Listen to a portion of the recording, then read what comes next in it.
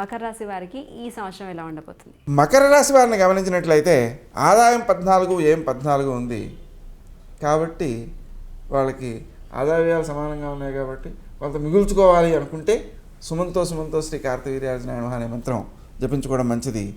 గౌరవం 3, అవమానం 1 ఉంది కాబట్టి బాగానే ఉంది, ఇబ్బంది లేదు.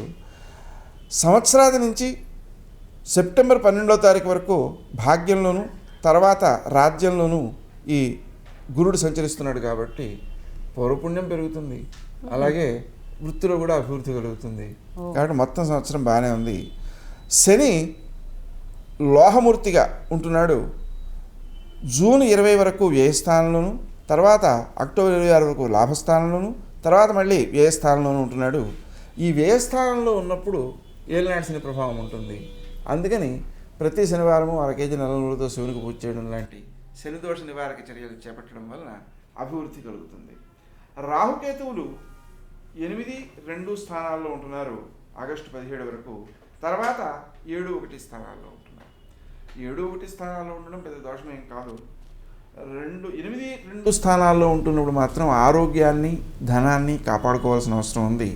అందుకని క్రీం అచ్యుతానంత గోవింద అనే మంత్రాన్ని జపించుకోవడం ఆరోగ్యం కోసం, అలాగే సుమంతో శ్రీ కార్తవీర్యార్జునాయ నమః అనే మంత్రాన్ని ధనం కోసం జపించుకోవడం మంచి ఫలితాలను ఇస్తుంది.